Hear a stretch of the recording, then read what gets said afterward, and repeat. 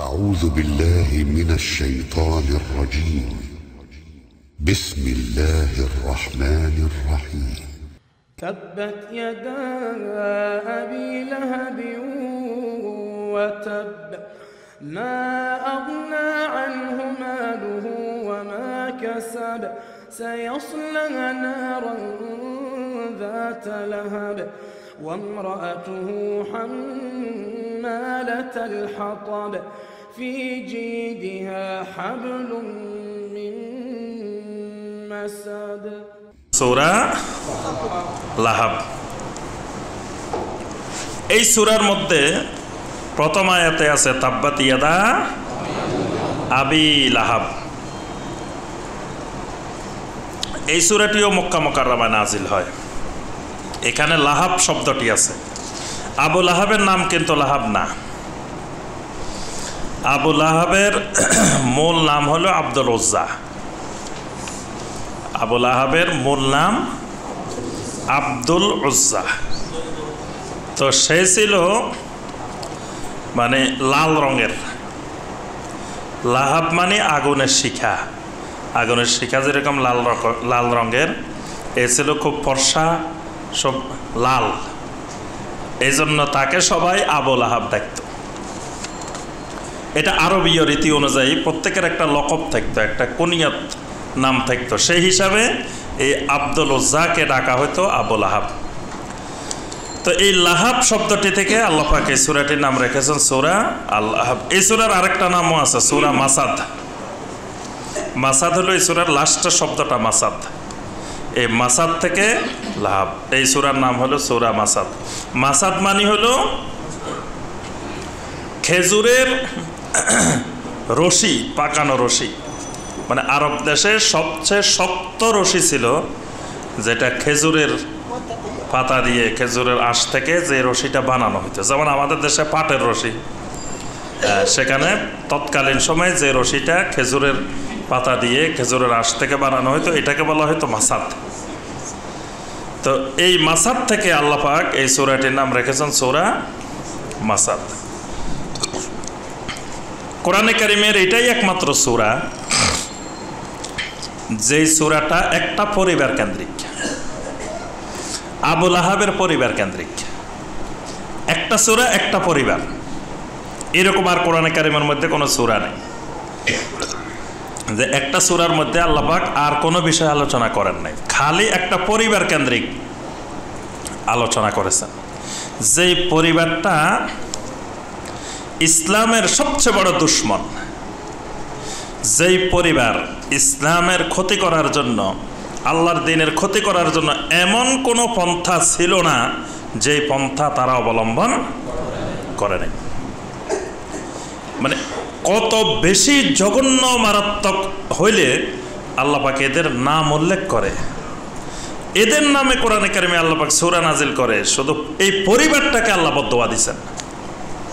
তাহলে সহজে বোঝা যায় যে এই পরিবারটা আল্লাহ রাসূল সাল্লাল্লাহু আলাইহি ওয়াসাল্লামের পরিবারকে কত বেশি কষ্ট দিছে, এবং এই পরিবারটা আল্লাহর দ্বীনকে নস্যাৎ করার জন্য কত বেশি পরিকল্পনা করেছিল। অনেক ভাই বোন আছে কোরআনে কারিমের মধ্যে কোনো শব্দ পাইলে নাম রাখা শুরু করে, কয়টা কোরআনে আছে। তা আবু লাহাব তো কোরআনে আছে, আছে না? জি হ্যাঁ, তো কোরআনে পাইলেই নাম রাখা যাবে না। কোরআনে তো আবু লাহাবও আছে, ফেরাউনও আছে, সব নাম আছে, হামান আছে। এই আবু লাহাব এবং তার স্ত্রীর উপাধি ছিল উম্মে জামিল। তার স্ত্রীও ছিল সুন্দরী, এই জন্য উম্মে জামিল। তো এই দুইজনেই ছিল যেমন স্বামী তেমন স্ত্রী, দুইজনেই ইসলামের বড় বড় দুই দুশমন। আবু লাহাব নবী সাল্লাল্লাহু আলাইহি ওয়াসাল্লামের ঘরের পাশে, একেবারে নিকটবর্তী ঘরটা ছিল আবু লাহাবের, মাঝখানে খালি একটা বেড়া। এই পাশে আল্লাহ রাসূল সাল্লাল্লাহু আলাইহি ওয়াসাল্লামের ঘর, আর এই পাশেই হলো এই আবু লাহাবের ঘর। আবু লাহাবের সাথে আল্লাহ রাসূল সাল্লাল্লাহু আলাইহি ওয়াসাল্লামের আত্মীয়তার সম্পর্ক ছিল। নবী সাল্লাল্লাহু আলাইহি সাল্লামের 2 মেয়ে আবু লাহাবের 2 ছেলের সাথে বিয়ে দিয়েছিলেন। নবুয়তের আগে বিয়ে হয়েছিল। আল্লাহ রসুল সাল্লাল্লাহু আলাইহি সাল্লাম যেদিন এই আয়াত নাজিল হলো ওয়া আনজির আশীরাতাকাল আকরাবিন, আল্লাহ রসুল সাল্লাল্লাহু আলাইহি সাল্লাম সব আত্মীয় স্বজনদেরকে সফা পাহাড়ের পাদদেশে ডাকলেন। ডেকে আল্লাহ রসুল সাল্লাল্লাহু আলাইহি সাল্লাম বললেন, ইয়া বানি আব্দুল মুত্তালিব, ইয়া বানি আব্দে শামস, ইয়া বানি আব্দে মানাফ, সব গোত্রকে নাম ধরে ধরে ডেকে ডেকে বললেন, হে অমুক বংশ, হে অমুক বংশ, হে অমুক বংশ, আনকিজু আনফুসাকুম মিনান নার, তোমাদের নিজেদেরকে জাহান্নামের আগুন থেকে বাঁচাও। আমি যদি বলি পাহাড়ের এই পাশে শত্রু তোমাদের জন্য অপেক্ষা করতেছে, তোমরা কি বিশ্বাস করবা? সবাই বললো হ্যাঁ, আমরা তো অবশ্যই বিশ্বাস করবো, কারণ তুমি জীবনে কোনোদিন মিথ্যা কথা বলো না। আল্লাহ রসুল সাল্লাল্লাহু আলাইহি সাল্লাম বলেন, তোমরা যদি তাওহীদ না মানো, ইসলাম না মানো, তাহলে জাহান্নামের এক কঠিন শাস্তি তোমাদের জন্য অপেক্ষা করতেছে। আল্লাহ রসুল সাল্লাল্লাহু আলাইহি সাল্লাম সকালবেলা ডাক দিছে, আবু লাহাব গায়ে জামাও গায়ে দেয় নাই, যেটা ছিল পরনে এটা পরে দৌড়ায় চলে আসছে। কারণ তারা জানতো যে আল্লাহ রসুল সাল্লাল্লাহু আলাইহি সাল্লামের মতো ব্যক্তি ডাকা মানে ভয়াবহ কোনো বিপদ, এই জন্য ডাক দিছে, দৌড়াই আসছে। আবু লাহাব ঘুমের মধ্যে ছিল, ঘুম থেকে দৌড়াই আসছে।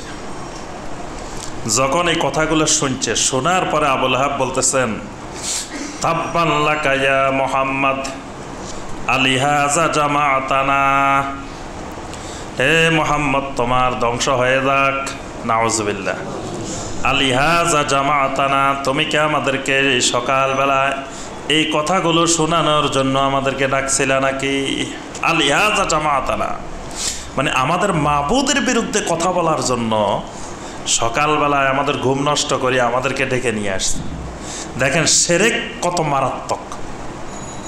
শিরক মানুষ যখন করে, শিরকের মধ্যে মজা পাই যায়। শিরক হলো ময়লার মতো, আবর্জনার মতো। ময়লা যত শরীরে বসে, ময়লার সাথে মানুষের সম্পর্ক গভীর হয়ে যায়। ময়লা দূর করতে চায় না। কেউ যদি 1 মাস গোসল না করে, তারপরে আর গোসল করাতে পারবেন না। দেখবেন খবিশ কতগুলো থাকে সমাজে, আর গোসল করে না, শরীরের থেকে দুর্গন্ধ বাহির হয়। ময়লার সাথে মানুষের সম্পর্ক তখন গভীর হয়ে যায়। শিরক যখন মানুষ কিছুদিন করে, তখন শিরকের সাথে তার গভীর অন্তরঙ্গ হয়ে যায়, শিরক ছাড়তে পারে না। আর শিরকের বিরুদ্ধে কথা বললে তখন সে পাগল হয়ে যায়। কি করবে না কি করবে, যে শিরকের বিরুদ্ধে কথা বলে। আল্লাহ রসুল সাল্লাল্লাহু আলাইহি সাল্লাম যখন শিরকের বিরুদ্ধে তাওহীদের দাওয়াত দিলেন, আবু লাহাবের চোখ মুখ গরম হয়ে বলতেছে, তাব্বান লাকা ইয়া মুহাম্মদ আলিহাযা জামাআতানা। আল্লাহ রসুল সাল্লাল্লাহু আলাইহি সাল্লাম আবু লাহাবের মুখের দিকে, চেহারার দিকে চেয়ে রয়েছেন, কিছুই বলেন নাই, কিন্তু মনে মনে কঠিন ব্যথা পাইছেন। কিন্তু দায়ী অনেক কিছু দেখার পরেও তিনি বলতে পারেন না। দায়ীর মনে অনেক ব্যথা থাকে, একের পর এক ব্যথা থাকে, কিন্তু এই ব্যথা সহ্য করে দায়ীকে আল্লাহর দিনে দাওয়াতের কাজ করতে হয়। কারণ আপনি যখনই শিরক বেদাতের বিরুদ্ধে দাওয়াত দিবেন, দেখবেন সমাজে কতজন কত রকমের কথা বলবে, মারাত্মক কথা বলবে। এই কথাগুলো দায়ী আল্লাহকে সহ্য করে হজম করে থাকতে হয়। তা আল্লাহ রসুল সাল্লাল্লাহু আলাইহি সাল্লাম শুধু আবু লাহাবের চেহারার দিকে তাকায় রয়েছেন, কিছু বলেন নাই। তা আল্লাহ রসুল সাল্লাল্লাহু আলাইহি সাল্লাম বলেন নাই, কিন্তু এটা আল্লাহ রাব্বুল আলামিন সহ্য করতে পারেন নাই। আল্লাহ পাক আরশে আজিম থেকে আবু লাহাবের কথার জবাব দিছেন। আবু লাহাব বলছে, তাব্বান লাকা ইয়া মুহাম্মদ আলিহাযা জামাআতানা। আল্লাহ পাক জবাব দিছেন, তাব্বাত ইয়াদা আবি লাহাবিন ওয়া তাব। আমার রাসূল ধ্বংস হবে না, আবু লাহাবের 2 হাত ধ্বংস হয়ে যাবে। আল্লাহ পাক আরশে আজিম থেকে জবাব দিয়ে এই সূরা নাজিল করেছেন। সুবহানাল্লাহ। আবু লাহাব দেখেন তাওহীদের দাওয়াত কত কঠিন। আল্লাহু আকবার। আমলের দাওয়াত দিবেন এত কঠিন না, ফজিলতের দাওয়াত দিবেন, এই কাজ করবেন এত লক্ষ, এই কাজ করবেন এত কোটি। শুরুই হবে 49 কোটি দিয়ে, শুধু সওয়াব আর সওয়াব, সওয়াব আর সওয়াব, সওয়াবের পাহাড়। তো কোনো বিপদ আপদ নেই, সমস্যা নেই। আরও বাসা থেকে বিরিয়ানি রান্না করে আনি খাওয়াইব, যখন তাওহীদের দাওয়াত দিবেন, শিরকের বিরুদ্ধে দাওয়াত দিবেন, বেদাতের বিরুদ্ধে দাওয়াত দিবেন, তখন কি করুণ পরিণতি দেখেন। এই আবু লাহাব এই কথাগুলো শুনছে, শুনি তো তাব্বাল্লাকা ইয়া মুহাম্মদ এখানে বলছে, বলি দৌড়ায় বাড়িতে গেছে। বাড়িতে গিয়ে তার দুই ছেলে উতবা আর উতাইবা, দুই ছেলেকে ডাকছে, এই আইনা উতবা ওয়া উতাইবা, এদিকে আসো। আসছে, আব্বা কি জন্য ডাকছেন? বলতেছে, আমার এখনই নির্দেশ, মুহাম্মদের দুই মেয়েকে যদি এখনই বিদায় করে না দাও, তোমাদের সাথে আমার বাবার কোনো সম্পর্ক নাই। মুহাম্মদের মেয়ে আমার ঘরে থাকতে পারবে না। দেখেন মুহাম্মদের মেয়ে কি দোষ করছে? তাওহীদের দাওয়াত দিছে কে? মুহাম্মদ সাল্লাল্লাহু আলাইহি ওয়াসাল্লাম। মেয়েরা তো আর তার দাওয়াত দেয় নাই, কিন্তু দেখেন দাওয়াতের তাসির, তাওহীদের দাওয়াত কত জটিল।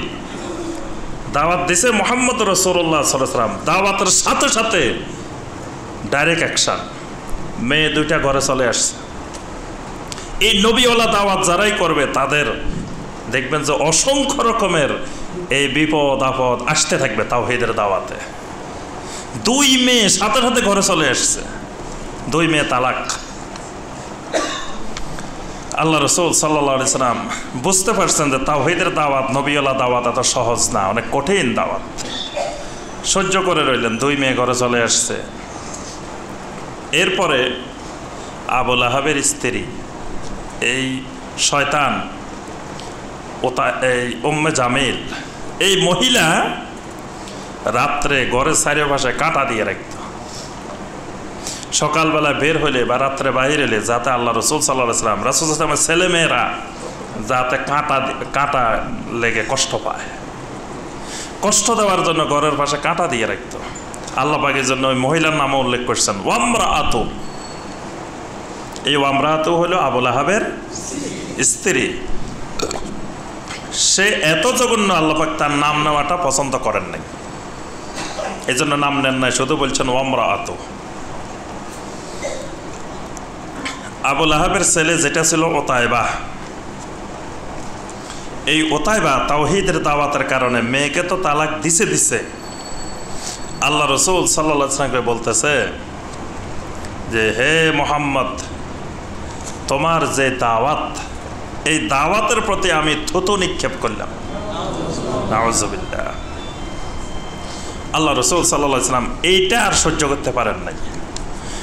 নবী সাল্লাল্লাহু আলাইহি ওয়াসাল্লামের একটা বৈশিষ্ট্য দেখবেন পুরা জীবনের মধ্যে, যে নবী সাল্লাল্লাহু আলাইহি ওয়াসাল্লামকে ব্যক্তিগতভাবে কেউ আক্রমণ করলে, গালিগালাজ করলে আল্লাহ রাসূল সাল্লাল্লাহু আলাইহি ওয়াসাল্লাম এটা জবাব দিতেন না, এটা নিজে সহ্য করে থাকতেন। কিন্তু যখন আল্লাহর দ্বীনকে কেউ গালিগালাজ করত, আল্লাহকে কেউ গালিগালাজ করত, ইসলামকে কেউ গালিগালাজ করত, এটা আল্লাহ রাসূল সাল্লাল্লাহু আলাইহি ওয়াসাল্লাম সহ্য করতে পারতেন, এটার জবাব দিতেন। যখন আল্লাহর দ্বীনকে এই জাতীয় কথা বলছে, তখন আল্লাহ রাসূল সাল্লাল্লাহু আলাইহি ওয়াসাল্লাম আল্লাহর কাছে দোয়া করছেন, আল্লাহ আপনার কুকুর সমূহের মধ্য থেকে একটা কুকুর দিয়ে এই উতাইবাকে আপনি শাস্তি দেন। তা আল্লাহ রাসূল সাল্লাল্লাহু আলাইহি ওয়াসাল্লাম দোয়া করছেন, দোয়াটা সাথে সাথে কবুল, আর দেরি নেই। এই দোয়া করার কয়দিন পরেই উতাইবা সিরিয়ার উদ্দেশ্যে রওনা দিয়েছে আবু লাহাবের সাথে। রাত্রিবেলায় মরুভূমিতে এক জায়গায় তাদের থাকার ব্যবস্থা।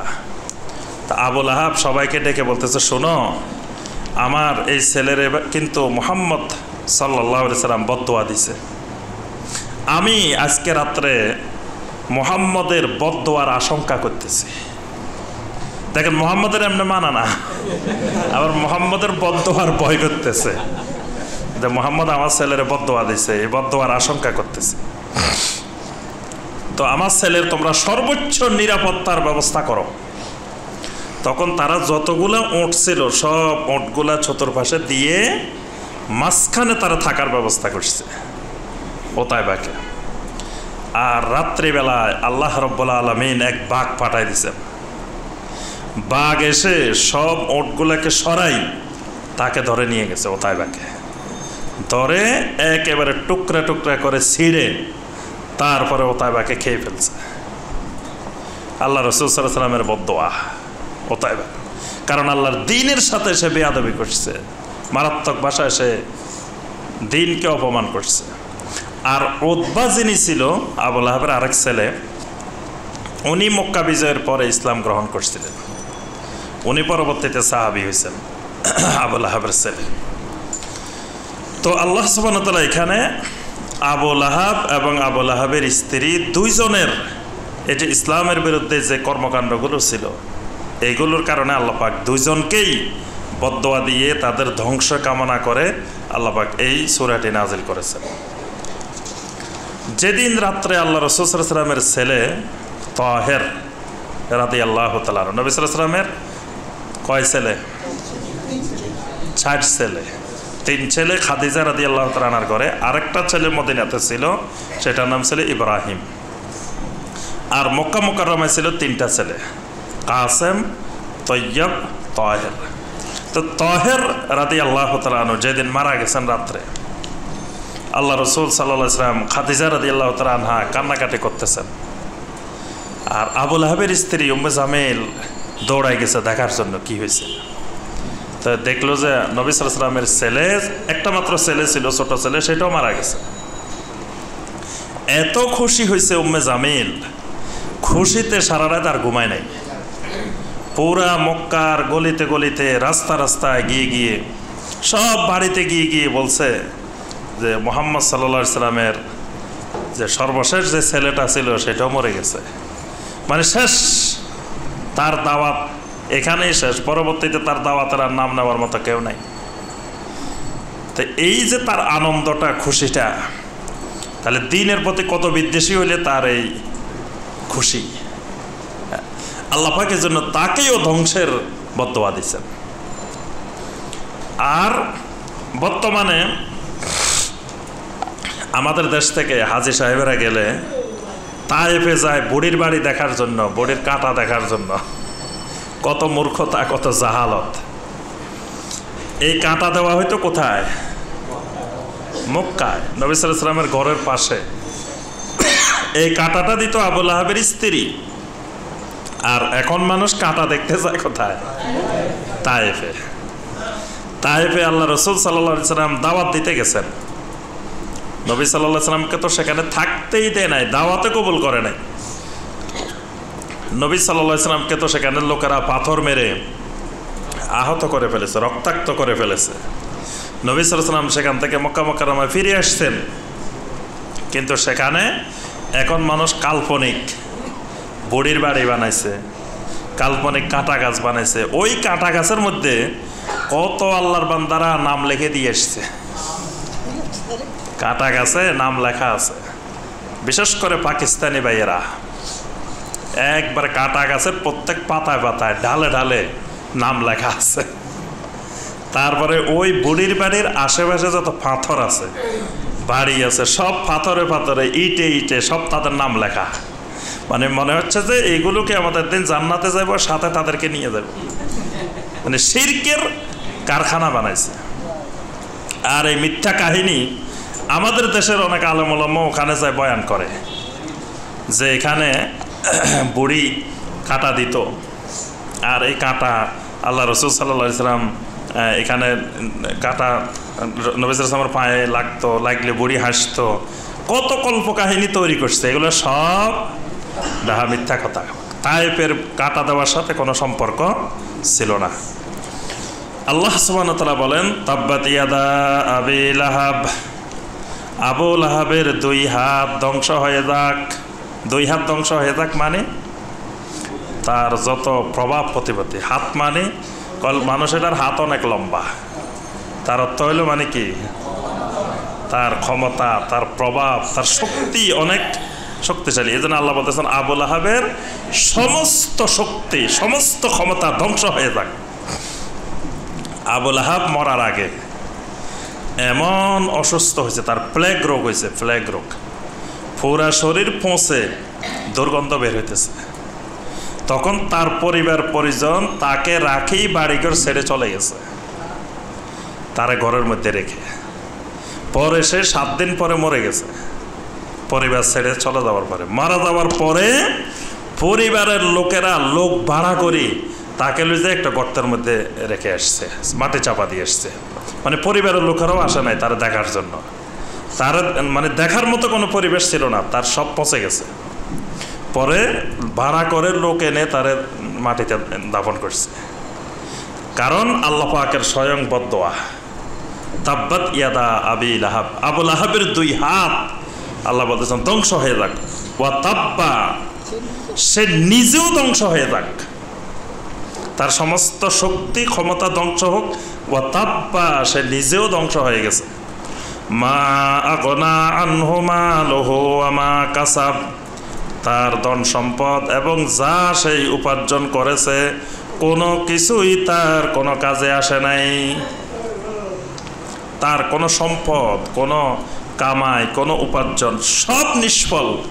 কারণ কি? সে ঈমান আনা নাই।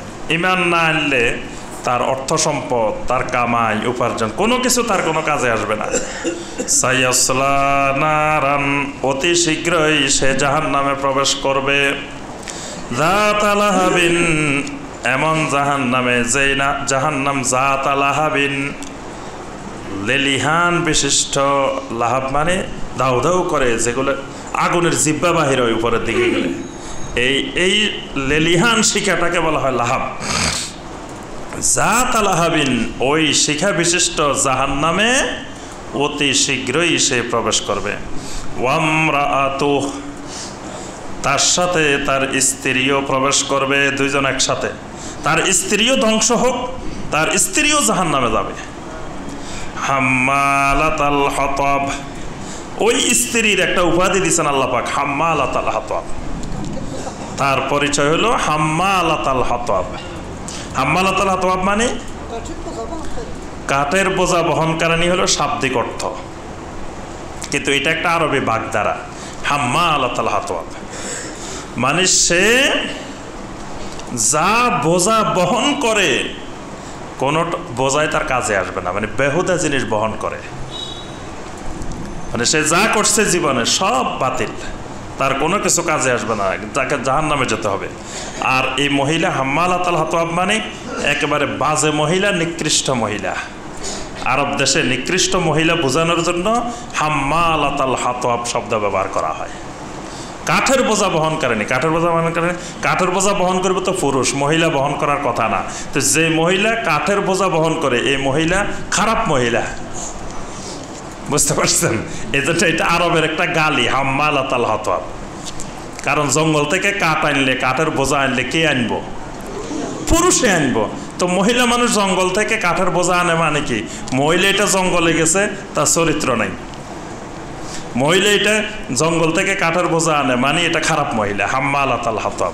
তা আল্লাহ পাক আবু লাহাবের স্ত্রীর পরিচয় দিছে হাম্মালাতাল হাতাব। তারপর আল্লাহ পাক বলেন ফি জিদিহা হাবলুম মিন মাসাদ, তার গলার মধ্যে ওই খেজুরের রশি দিয়ে, পাকানো মজবুত রশি দিয়ে তাকে বাঁধানো হবে। ওই মহিলার কিয়ামতের ময়দানে খেজুরের রশি দিয়ে, পাকনা রশি দিয়ে, একবারে শক্ত রশি দিয়ে তার গলার মধ্যে পেঁচানো থাকবে। এটা আবু লাহাবের স্ত্রীর শাস্তি। সে আল্লাহ রসুল সাল্লাল্লাহু আলাইহি সাল্লামের কে কষ্ট দিছে, নবী সাল্লাল্লাহু আলাইহি সাল্লামের জন্য বদদোয়া দিছে, নবী সাল্লাল্লাহু আলাইহি সাল্লামের পরিবারকে কষ্ট দিছে। এই সব কারণে আল্লাহ পাক আবু লাহাব এবং তার পরিবার, পুরা স্ত্রী সহ সবাইকে আল্লাহ পাক লানত করে ধ্বংসের কথা ঘোষণা দিয়ে এই সূরাটি আল্লাহ পাক নাজিল করেছেন। এর মাধ্যমে আল্লাহ রাব্বুল আলামিন কিয়ামত পর্যন্ত মানুষকে শিক্ষা দিচ্ছেন যে এইরকম পরিবার যেন দুনিয়াতে কারো পরিবার না হয়। আবু লাহাবের পরিবারের মতো পরিবার যেন দুনিয়াতে কিয়ামত পর্যন্ত কারো না থাকে। যেই পরিবার আল্লাহর দ্বীনের বিরুদ্ধে অবস্থান নেয়, যেই পরিমাণ আল্লাহর নবীকে, যেই পরিবার আল্লাহর দ্বীনকে কষ্ট দেয়, আল্লাহর নবীকে কষ্ট দেয়, নবীর পরিবারকে কষ্ট দেয়, এইরকম পরিবার দুনিয়াতেও ধ্বংস হবে, আখিরাতেও ধ্বংস হবে। আল্লাহ পাক আমাদের সবাইকে কোরআনে কারীমের এই আয়াতগুলোর আলোকে আমল করার তৌফিক দান করুন। আল্লাহ সুবহানাহু ওয়া তাআলা আমাদের সবাইকে সমস্ত প্রকার শিরক, কুফর, নেফাক, বেদাত থেকে মুক্ত থাকার তৌফিক দান করুন। আল্লাহ সুবহানাহু ওয়া তাআলা আমাদের সবাইকে কোরআনে কারিমের সাথে সম্পর্ক গভীর করার তৌফিক দান করুন। আমাদের সবাইকে আল্লাহ পাক কোরআনে কারিমের খাদেম বানিয়ে দিন। আল্লাহ পাক আমাদের সবাইকে বিভিন্নভাবে কোরআনে কারিমের খেদমত করার তৌফিক দান করুন। যে সকল ভাই বোনেরা আমাদের তাফসিরুল কোরআনের খেদমত করে থাকেন বিভিন্নভাবে, আল্লাহ পাক সকলের খেদমতকে কবুল ও মঞ্জুর করে নিন। আল্লাহ রাব্বুল আলামিন আমাদের সবাইকে শিরক মুক্ত তাওহীদি ঈমান নসিব করুন, বেদাত মুক্ত সুন্নতি আমল নসিব করুন। আমাদের মধ্যে যারা অসুস্থ আছেন সবাইকে আল্লাহ রাব্বুল আলামিন সুস্থতা দান করুন। আমিন ইয়া রাব্বাল আলামিন। সুবহানাকা আল্লাহুম্মা বিহামদিকা আশহাদু আল্লা ইলাহা ইল্লা আনতা আস্তাগফিরুকা ওয়া আতুবু ইলাইক।